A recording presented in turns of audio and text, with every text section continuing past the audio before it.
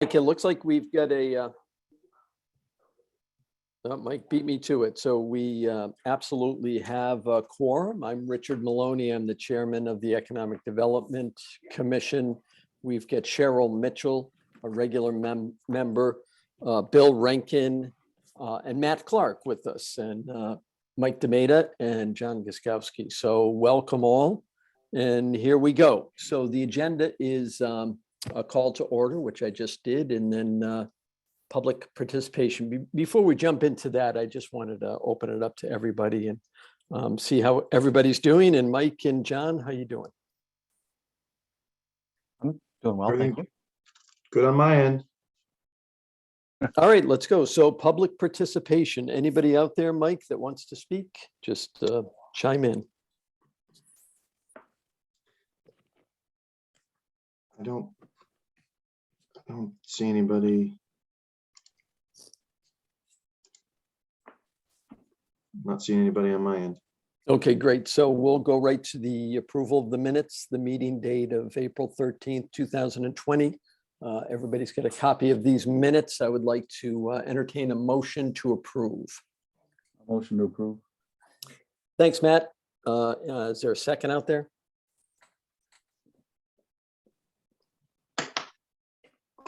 Yo, Rankin, second. I'll Bill second. Thanks, Cheryl. You're Okay. welcome. Everybody. I'm in- sorry. I'm That's- sorry. I don't think I got a copy of them, so I can't second. Okay, Bill. Okay. I'll send you one right now. Okay. Everybody in favor? Aye. Aye. Okay, great. So our minutes passed. Awesome. Old business, we've got a discussion update on Desiatos and the railroad project. We'd like to see where we are. Bill, do you have any news or an update? Michael and myself got together with Lauren Forgione of F&F Concrete on Monday of this week up at Town Hall. And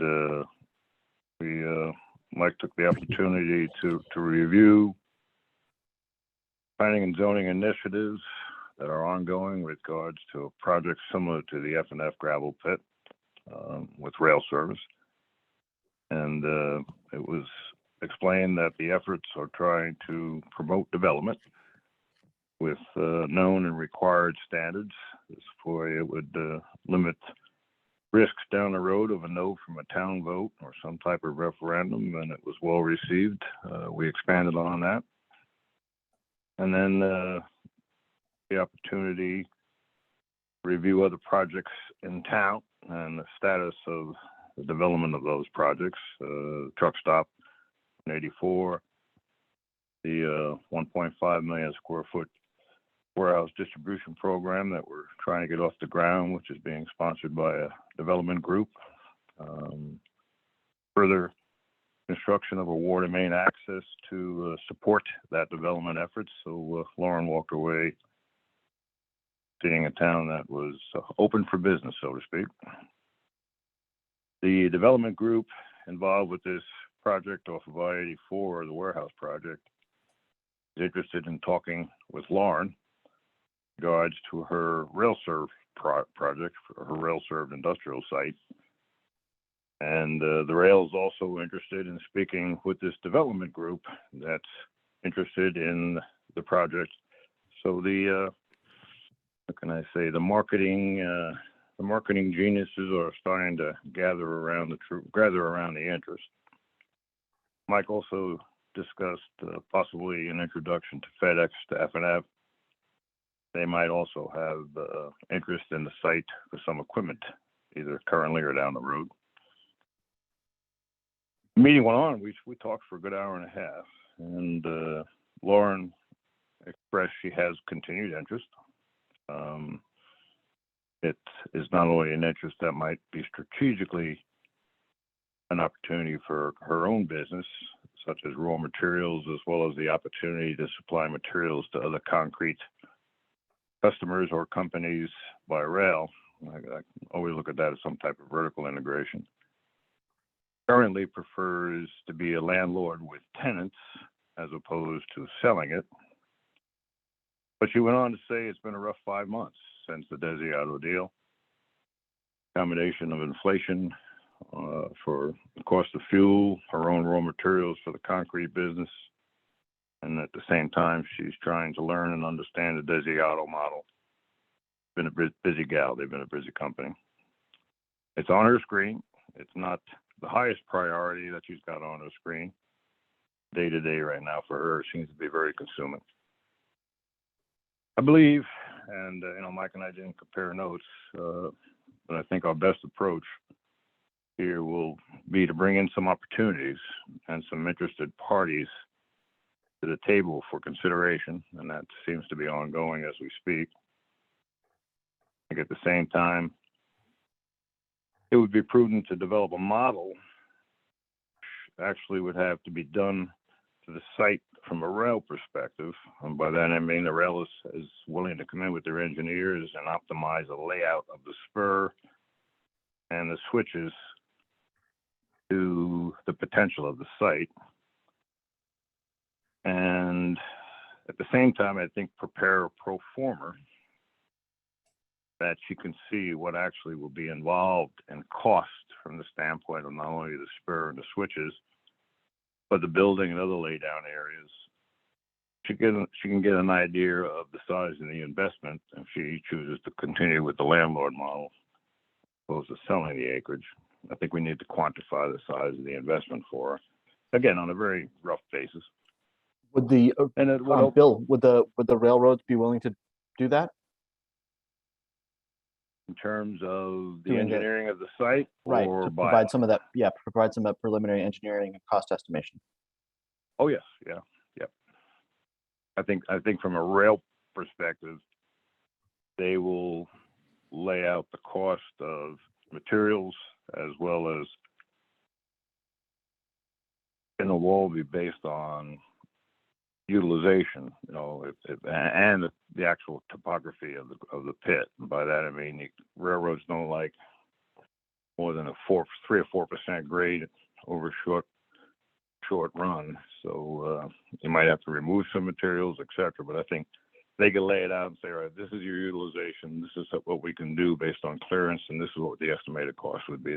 They'd be very willing to do that, yes. And I explained to her that what the rail will do for an industrial site like this is they will offer a I can't call it a kickback, but basically for every car that they bring in over a 3-4 year period, they will give her $55, $75, $100 a car, depending on the size of the project, to help pay back the investment from a rail perspective. But again, the idea, I think, is present opportunities, understand the costs associated with building a 200,000 square foot warehouse for a tenant as opposed to possibly selling the property to a tenant. And I think it could take it's a couple of different alternatives here. You could have an F&F real estate development company. You could have a F&F / development company partnership. And these days, knowing the NECR, which is owned by an infrastructure company, they might look at it themselves, but I don't think it's large enough for them, to be honest with you. But those are just some alternatives. But I think the best way to get this moving is to get interested parties to start talking, and then have some numbers that can summarize the cost of the landlord as opposed to maybe you just want to sell this. So we'll see. Mike, what was your feeling on it? I think that's right. I think we have to be able to get things to a point where we've thought them through enough where she can latch on and come up with some type of an opinion. I think your explanation is correct. This is something she's interested in because she owns a business and businesses are out to make money, but she doesn't need it. So she's not going to put any extra effort into trying to make it happen. If it happens, she's at the table. So, I think that trying to create a little bit more momentum will sort of show her that this is, you know, more than just an idea. And I think then she'll probably be more engaged. Yeah, I mean, we've been involved at challenges at work or with your businesses where the day-to-day is the most important part. You just made a major investment, double the size of your business, and now you got multiple locations and multiple groups, and you got inflation. These things are taking up a lot of her time. I've been there, and what you need to do is prioritize. And she openly admitted, you know, I have the vision that this could be a good thing for me, but right now, you know, the water's up around my nose, and I'm treading. I thought it was a good discussion. She was impressed with the town and the perspective. I think we need to kind of just give her an idea what the investment actually could be. And she's also searching for different suppliers of raw materials now that she's got the ability to take it off rail. She's happy with where she gets her supplies now. Some are coming in by rail, CSX down in North Haven. Some are coming in by barge out of, she said, the Bronx and Providence. And she's picking them up with her own trucks. And she still truly hasn't figured out how she's going to meld what Desiato has versus what F&F has. And she's in that process. So I think the best thing we can do is continue to push it along with opportunities and get it to the time where she makes a decision whether she wants to sell it or be a landlord or possibly do a partnership with a development company that does this for a living. That's where it's at. Thanks, Bill. That's great. John, you know, you had some thoughts a few months ago about, you know, preliminary planning review of the site. I don't know if you think that would be appropriate now. Are we ready for that move? Well, I think, I mean, you know, we had done very, very preliminary sort of site layout to just kind of provide that to the railroad marketing people. But I think if we could get, you know, a slightly higher level of preliminary engineering by the railroads, that's something that Mike, I think that might qualify for sort of the concept level approval for special development district, right? Because there's the two pathway. Yeah. So yeah, so I think I'm sorry, Rick. I think if we can you know move forward and talk to the railroad people, maybe we could float that. Yeah, I've got a scheduled call with them tomorrow. This is on the agenda. Maybe expand a little bit for me by what's the difference between an engineering layout and what you're talking about.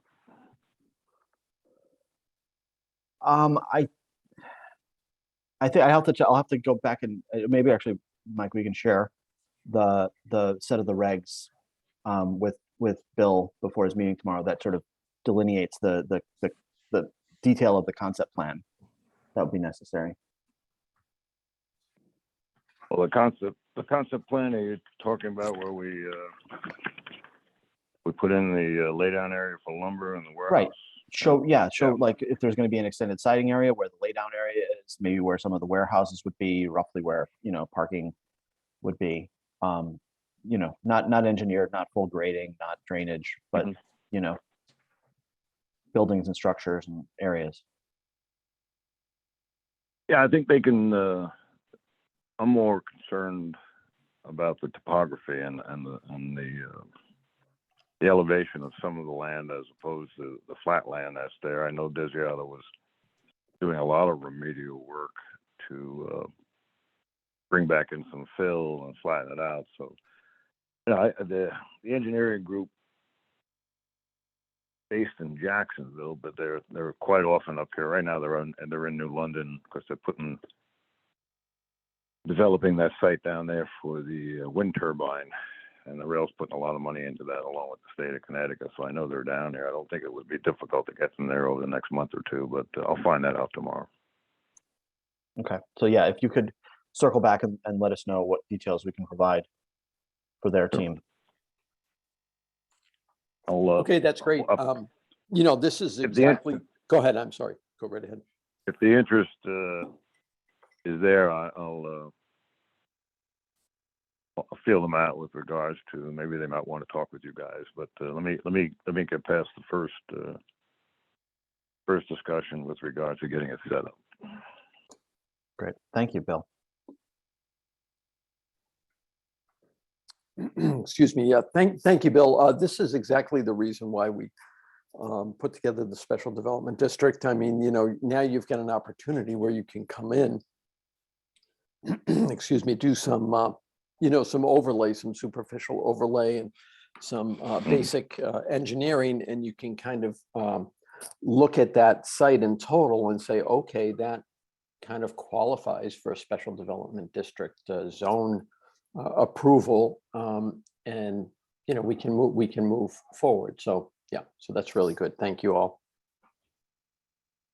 Am I wrong in saying that the current use of the property by Desiato over the past 20 or 30 years, would that help that it actually is being used for some type of construction with heavy equipment, et cetera, and in changing the application, or is it completely different because it's more commercial? How's that sound? It doesn't, from a use perspective, you know, locally, it doesn't really buy them all that much. Maybe just when you're trying to convey or deal with concerns from folks related to truck trips per day or something as far as a volume, from a volume perspective. But from the zoning regs perspective, that use is pre-existing non-conforming, so it doesn't really do much in as far as translation. Okay, that's what I thought. Thanks, Mike. I mean, I think as I understand the zoning regs and what Mike is saying is that's non-conforming, that non-conforming use can continue. Is that right, Mike, as it exists? Yep. Okay, great. So that was the rail project. Let's move on to the American Recovery Plan Act. John had sent around a little flyer that they had developed. We've amended the application a few different times. We did a little narrative. We did get to review this application. I think we're in great shape. We're really ready to rock and roll. Take it away, John.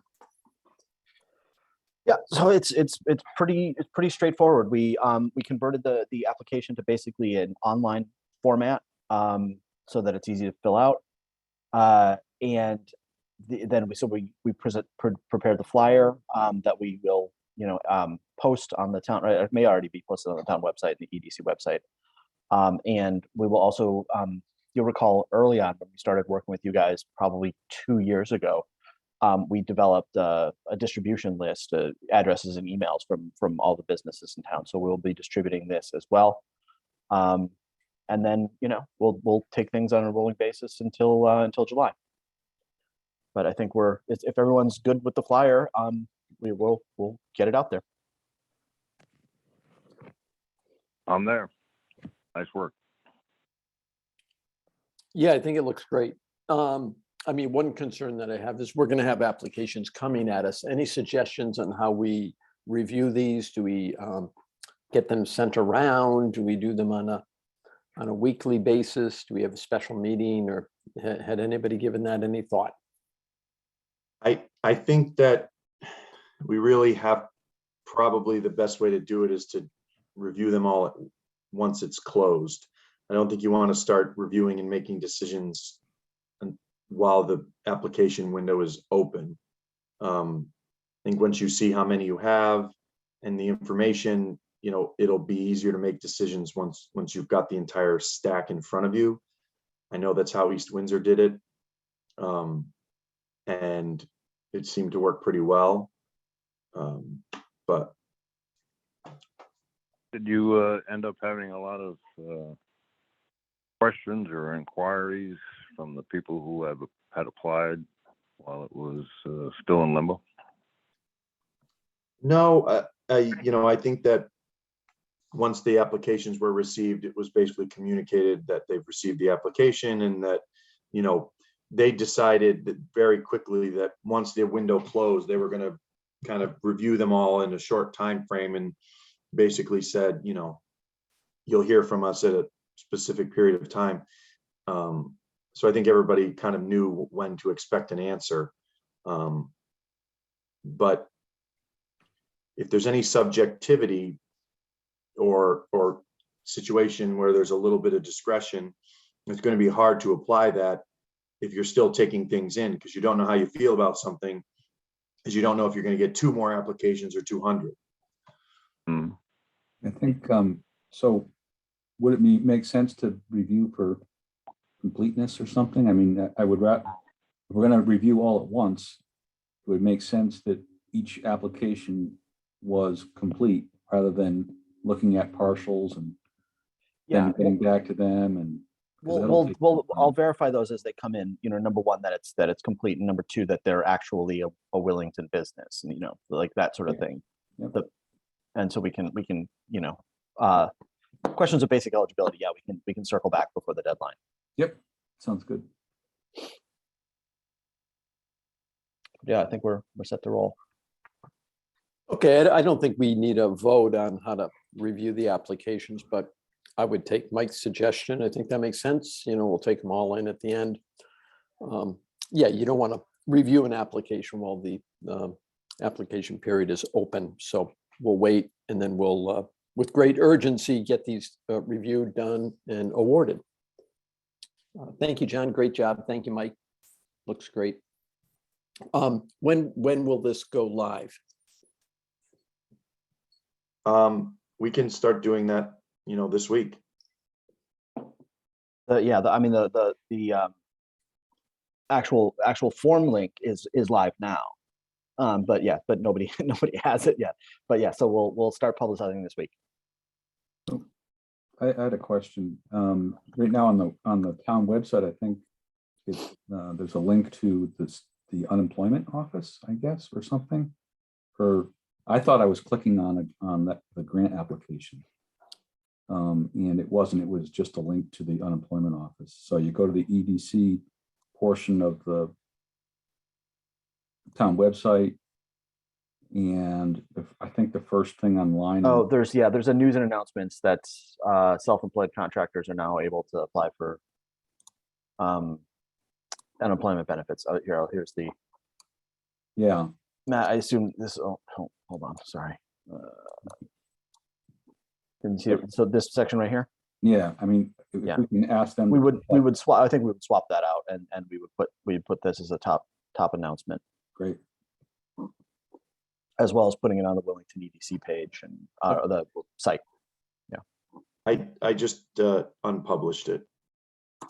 Well, that's So fast. That's really fast, Michael. So at least that's not there, so we can swap it out. Okay, great. Thank you so much. That's really great news. I think the businesses in town are very anxious, and it's really something needed and well executed. Thank you. We have some new business here. We have signs on our new business agenda. And what happened is our budget actually passed, believe it or not. So we have a little bit of cash to do some signage around town. And I know that Matt had thought he might volunteer for this assignment. So Matt, did you have anything to say? Did you want to? Yeah, I do. So I took some notes. I'm going to share my screen, okay? And well, 1 minute. Let's see, where is this? Here we go. Is it that? Let's see if this works. Can you see that? I don't know if you guys can see that. Can you? Yep. Yeah, we can see it. So I think we need to define the scope of what this is. The way I look at it, I'm interested in the group's opinions and what you guys were anticipating. But I think we need 3 signs, 1 on 74, or excuse me, 2 on 74, 1 into town and 1 out of town. Then one at the truck stop. I think we can do either marker signs, which is just a way of describing all it says on it is welcome to Willington, Or we can do welcome signs, which are a little larger, which is welcome to Willington with some kind of visual. I guess typically the marker type of sign is one pole, and a welcome type of sign is two poles. At this point, in terms of defining the scope of this project, I would just concentrate on getting the signs up. I wouldn't involve any kind of, garden club or landscaping or anything like that. We can, look at those kinds of things later. We needed to secure permission from the DOT. I don't think we're allowed to just go in and put up signs. So I think they're their roads and we would have to do that. Should take, I don't know how long it takes. You folks probably have a lot more experience than I do, but maybe a month or two to get permission to put signs up. I talked to Jeffrey Prusak. Jeff and I were on the Board of Finance together.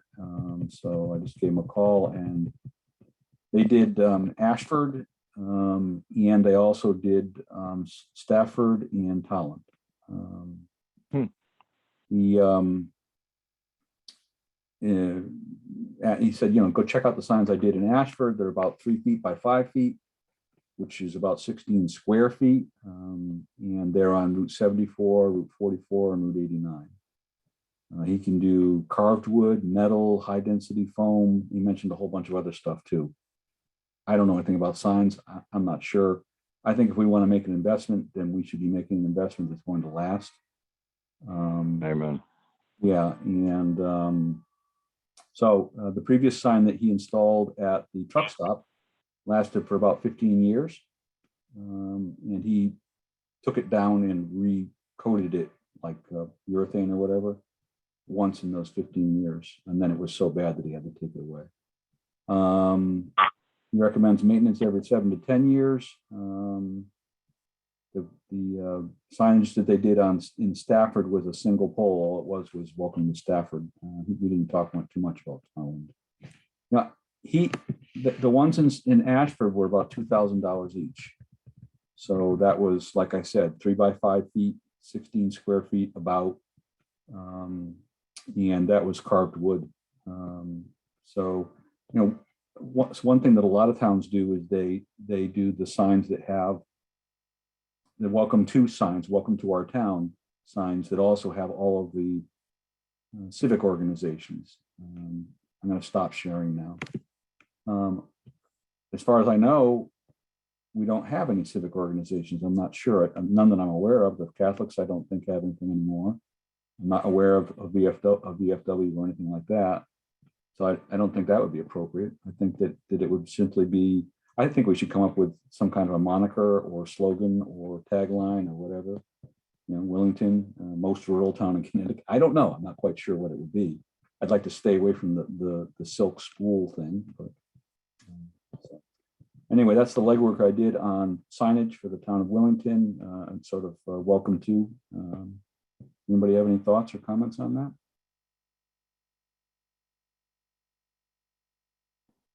Thanks, Matt. That's some really good preliminary work. Maybe we can come up with 6 or 7 questions and do a survey monkey around town, and let's get those answers. So that we're not trying to figure out what the townspeople want us to do or not do. We do have a $3,000 budget. So maybe we do 2 signs this year and then come back and do another 2 signs next year. I think we could even do 1 per year. I think that's great. It's a lot better than if we do 1 per year. That's 3 years, and we would do that would cover all of our needs, and we would be moving forward. There's nothing mandatory that says that it has to be done in 1 year or even 2. Okay, I think that's a good idea. So why don't we work on producing 1 sign this year? We'll do a survey monkey. Let's come up next month with the questions that we want put together for a survey monkey. And maybe you can get a design, some pricing from some different vendors with the $3,000 budget line item. Will do. I Okay, think great. we should probably try to decide, pick, the two most likely locations for the first two signs and start running that up the flagpole at DOT. Because you don't want to go through the DOT process 4 times. That'd put anybody to sleep. So I think if we can get the first 2 sign locations approved, then, fiscal years or whatever, at least we don't have to go back to them next year. And if it turns out to be too complicated and they're just not going to give us any good answers, which I don't think that'll be the case, then the plan B is to move them out of the right of way and just go to the property owners that are there and see if they'll allow us to locate them on their property and out of the right of way. But I think DOT should be receptive. So the other thing we have to think about, if we're going to, and we can talk about this later, I don't want to take up all of our time, but do we want a wood sign or do we want a metal sign? Yeah. So. Good. So Mike, can you go about starting to put together the application for DOT? I'm sure we want one at Route 74, probably the other one up by the truck stop and one in Ashford. Should we do all that DOT, approval application work at once? I don't know exactly what application or what we would submit to them. I work in Ashford. I suppose I could try to dig around and see who was involved in that when they went up. Though I suspect it, I don't know. I suppose there's a chance that they were just put up, because I know a lot of towns that they just put them up. But I can talk to either Dick Williams or Mike, I forget his name, the engineer in South Windsor.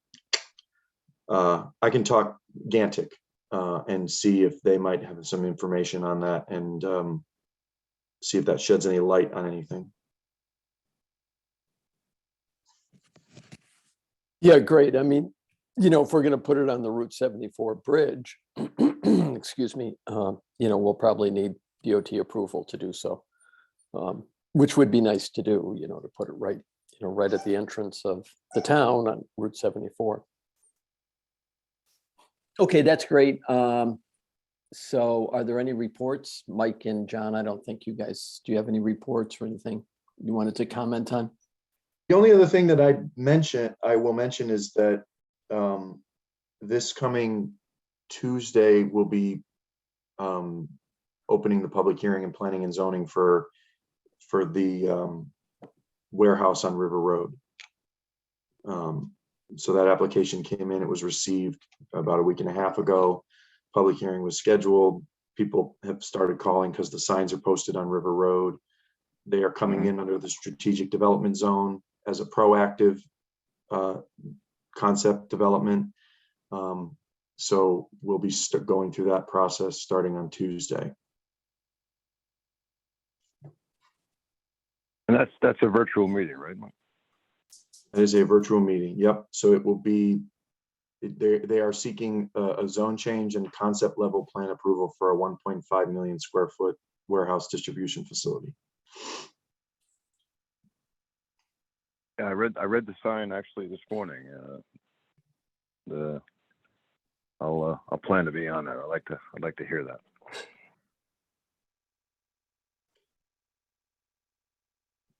Yeah, be a perfect application of the special development districts. I mean, you've got your work cut out for you, Mike, to, fit this project onto that site. But yeah, best of luck with that. Thank you. Okay, anybody out there from the public would like to make a comment? Do you see anybody, Mike?